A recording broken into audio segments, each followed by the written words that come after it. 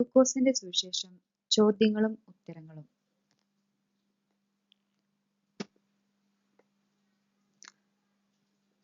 ലൂക്കോസ് എഴുതിയ സുവിശേഷത്തിൽ അതിന്റെ ആരംഭത്തിൽ അഭിസംബോധന ചെയ്യുന്നത് ആരെയാണ്? ഉത്തരം ശ്രീമാനായ തെയോഫിലോസിനെ. ലൂക്കോസ് 1:1.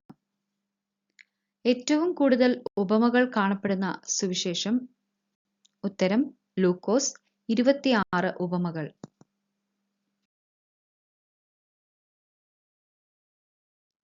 പുതിയ നിയമത്തിലെ ഏറ്റവും വലിയ പുസ്തകം? ഉത്തരം ലൂക്കോസ്. 1151 വാക്യങ്ങൾ.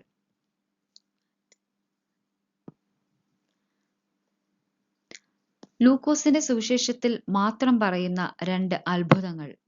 1. നയീനിലെ വിധവയുടെ മകനെ ഉയർപ്പിച്ചു. 2. 10 കുഷ്ഠരോഗികൾക്ക് സൗഖ്യം നൽകി. ലൂക്കോസിന്റെ സുവിശേഷത്തിൽ ആവർത്തിച്ച് പേര് വിളിച്ചത് ആരുടെയെല്ലാം? ഉത്തരം മാർത്ത, ശിമോൻ.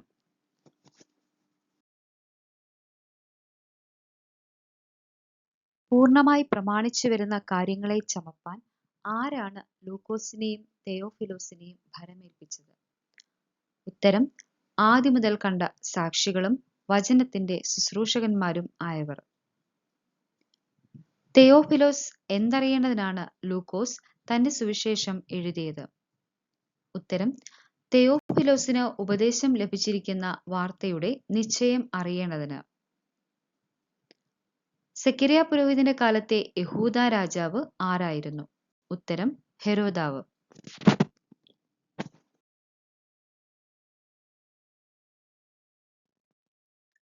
സെഖര്യാ പുരോഹിതൻ ഏത് കൂറിൽപ്പെട്ടവനായിരുന്നു? ഉത്തരം അബിയാക്കൂറിൽ. സെഖര്യാ പുരോഹിതന്റെ ഭാര്യ ആരായിരുന്നു? ഉത്തരം എലീശബത്ത്, അഹരോന്റെ പുത്രിമാരിൽ ഒരുത്തി. പൗരോഹിത്യ മര്യാദ പ്രകാരം കർത്താവിന്റെ സന്നിധിയിൽ ചെന്ന് ധൂപം കാട്ടുവാൻ നറുക്കുവീണത് ആർക്ക്? ഉത്തരം സെഖര്യാവ്.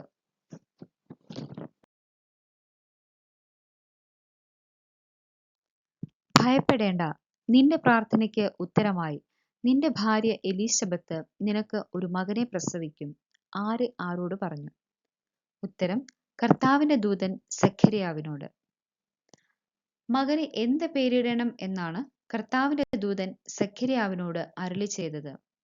ഉത്തരം യോഹന്നാൻ. അവൻ ഇസ്രായേൽ മക്കളിൽ പലരെയും അവരുടെ ദൈവമായ കർത്താവിങ്കിലേക്ക് തിരിച്ചു വരുത്തും. ആര്? ഉത്തരം യോഹന്നാൻ.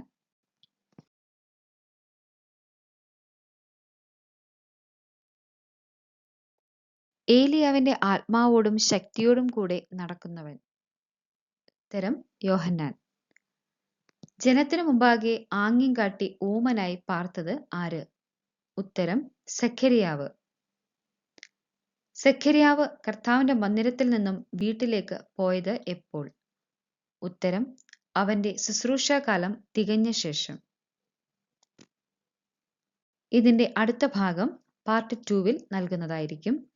ചാനൽ ആദ്യമായി കാണുന്നവരാണെങ്കിൽ please subscribe this channel and share and like.